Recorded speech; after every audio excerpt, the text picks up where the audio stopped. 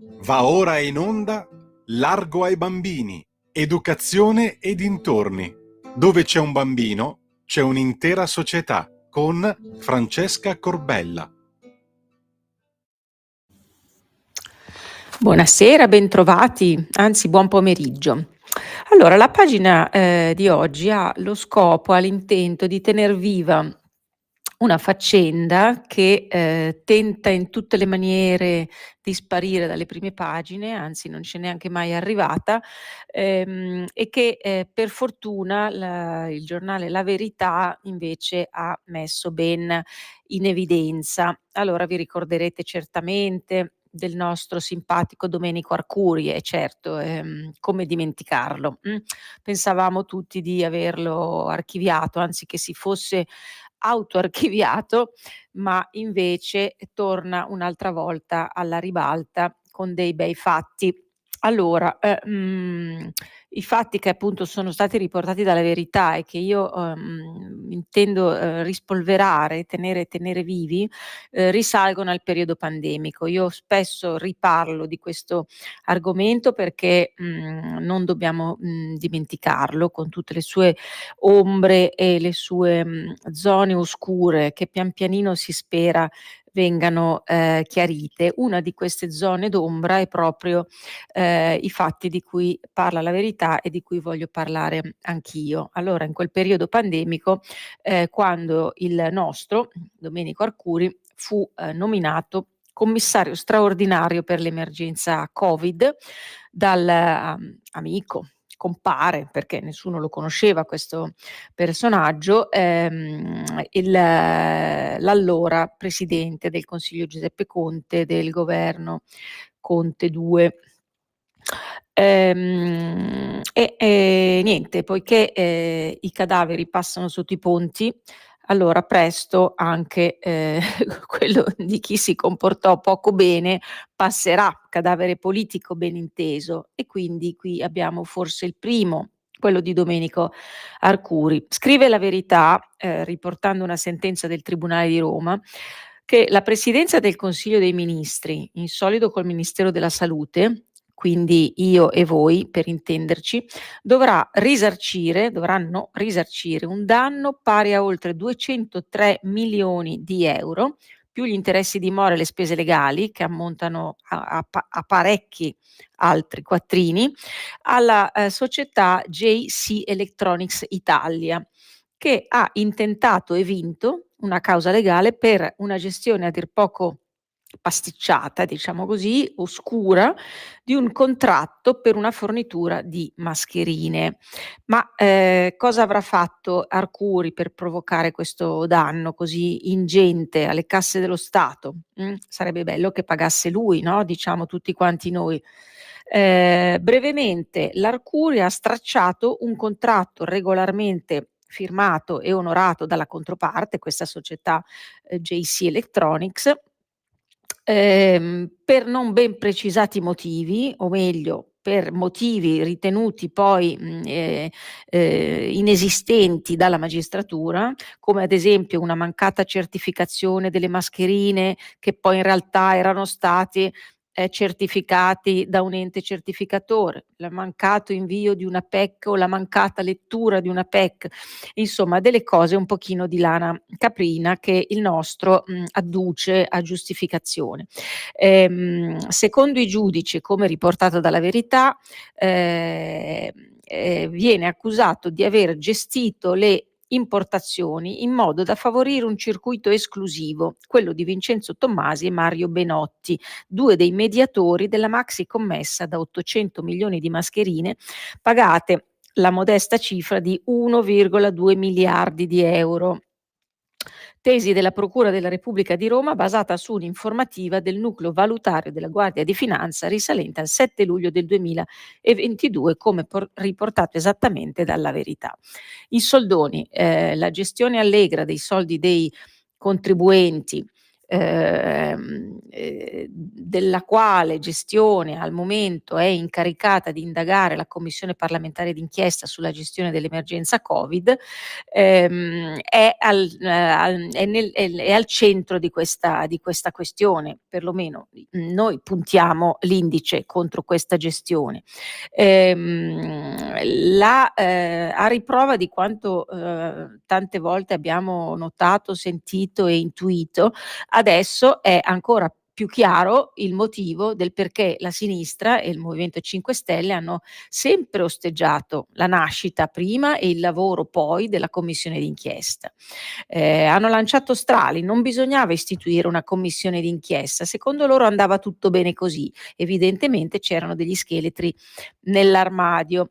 Speranza e Conte, all'epoca ministro della salute, e chi se lo dimentica, quello della vigile attesa, e Conte presidente del Consiglio, dovranno riferire del proprio operato proprio in commissione circa la gestione dei soldi pubblici e anche magari darci delle spiegazioni sul perché l'Italia ha stabilito dei record negativi su tutti i paesi del mondo in termini di morti, di contagi, di restrizioni, di dati poco trasparenti, di computo dei morti dove figuravano anche i morti per incidenti stradali, tutti finiti dentro nei morti da Covid, con il risultato che questi dati alzavano incredibilmente le restrizioni. Per tornare alle mascherine, Arcuri ha fatto dei pasticci, per dire un gentile eufemismo, ma anche la signorina Pittada, la Rossettada, quella che io amo tanto, voi mi conoscete, la Azzolina, che vorrei anche lei che passasse sotto il ponte legata per sempre. Lei ovviamente in senso politico, in senso figurato, dai, non pensate male, ma la vorrei vedere legata per sempre ai suoi banchi a rotelle, a uno dei suoi banchi a rotelle. E così pure vorremmo anche chiarezza in merito alle mascherine dei signori Elkann, i cui macchinari industriali sono stati immediatamente convertiti in qualcosa che produceva milioni di mascherine dal sentore altamente chimico e piccante che non si riuscivano a tenere sulla faccia e di cui abbiamo ricoperto, ammantato le scuole. Io ho ricevuto pacchi di mascherine e di disinfettante, quello che faceva venire le piaghe alle manine dei bambini, nella mia scuola fino a settembre, a luglio, a dir tanto, luglio, anche settembre ci hanno mandato i flaconi pagati dai contribuenti italiani. Ecco, quindi ci sono una serie di personaggi, le mascherine di Zingaretti, si erano aperte dei paginoni anche lì, naturalmente solo su alcuni giornali, perché su quelli compiacenti non è mai uscito un rigo. Insomma, questa somma importante di 250 milioni di euro, a pagare saranno sempre i cittadini. Diciamo la verità che diversi esponenti della maggioranza di governo hanno fatto sentire la propria voce, non intendono far cadere nel dimenticatoio questa pagina buia del duo Conte-Speranza e di quei mesi terrificanti che hanno scontato soprattutto bambini e adolescenti. Mi ricordo bambini delle elementari con la pezza sulla faccia per ore e ore e ore a scuola e quando la pezza era intrisa di chimico, come appunto quella sfornata a milioni di pezzi da consegnare gratuitamente nelle scuole, allora voi capite che il dente è un pochino avvelenato. Non passa giorno poi tra l'altro che non arrivino notizie sulla gestione dell'emergenza Covid, insomma una gestione che si è dimostrata una vera e propria montagna di sprechi, e questo lo dice Lucio Malan, capogruppo di Fratelli d'Italia al Senato, in una in una audizione, adesso il Tribunale di Roma ha caricato sulle spalle degli italiani oltre 200 milioni di euro, denuncia il capogruppo, per illeciti nell'acquisto di mascherine. Non ha peli sulla lingua, li definisce proprio illeciti.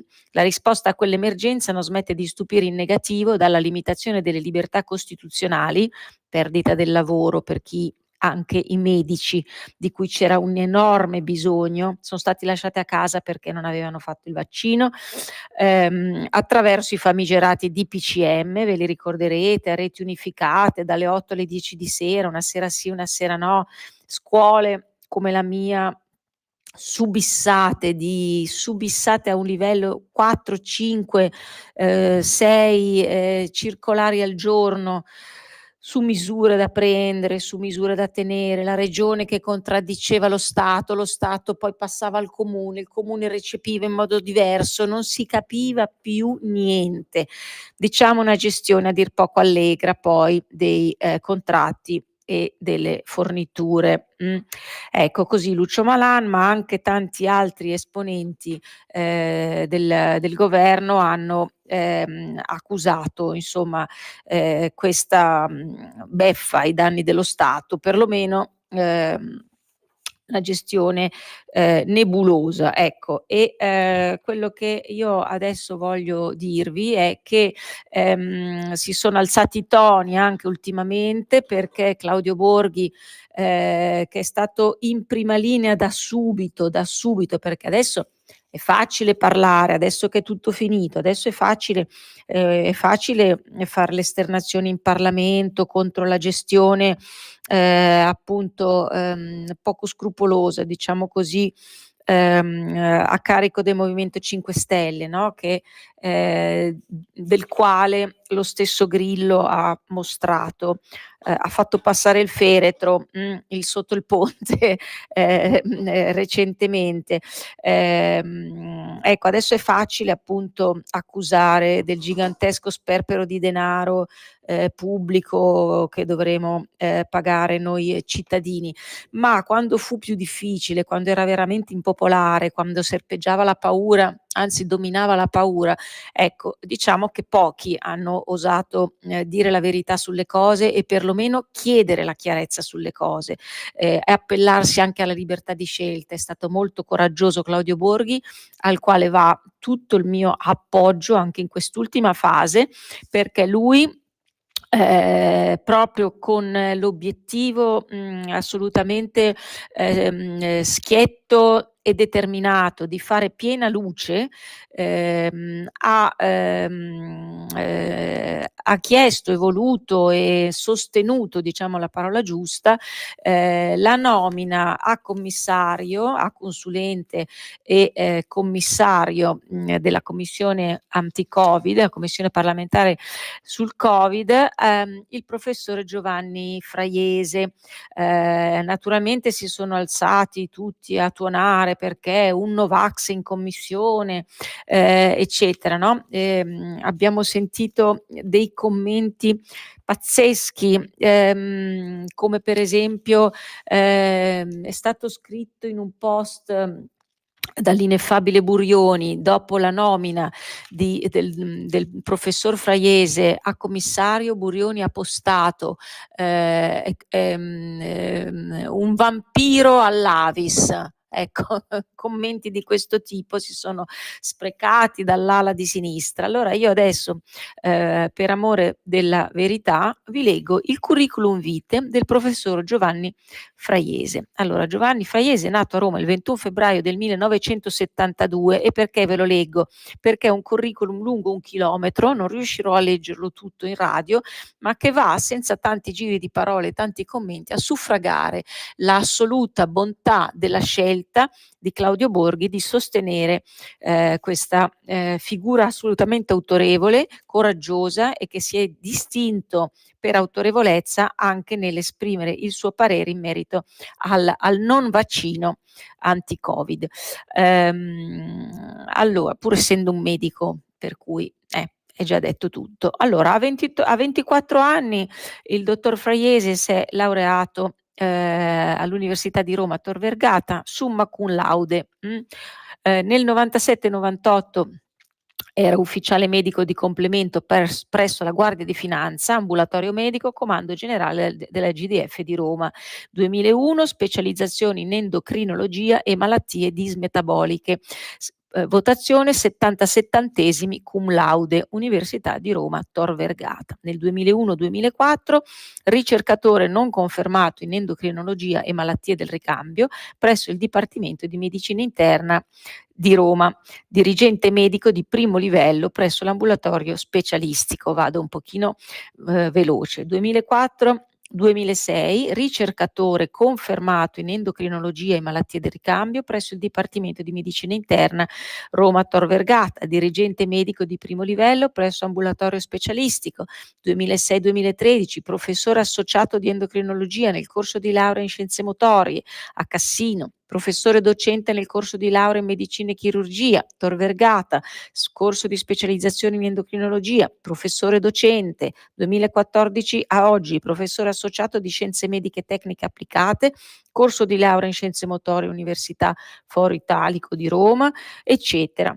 Abilitato a professore ordinario nel 2013, settore concorsuale, eccetera, eccetera, scienze delle professioni sanitarie, delle tecnologie mediche. Nel 2015 fino al 2022 è stato coordinatore del Scientific Council presso il World Farmers Association.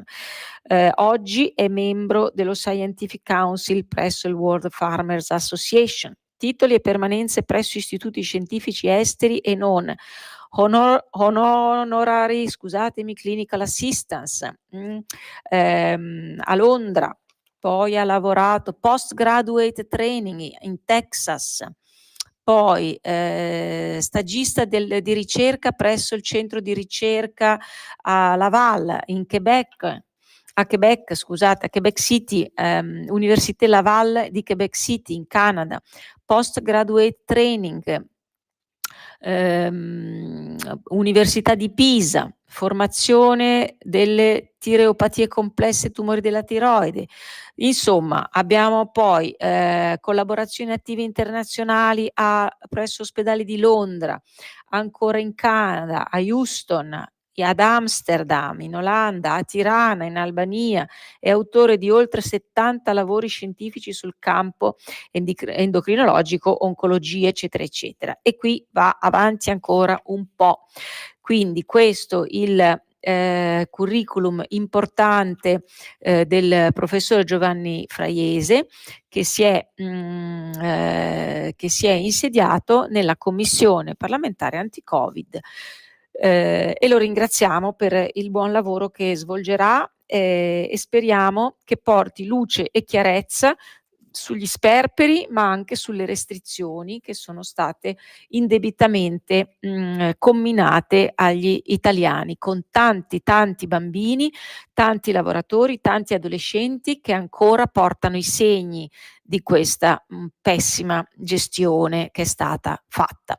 Bene, io ho terminato, vi saluto, vi do appuntamento a giovedì prossimo con larga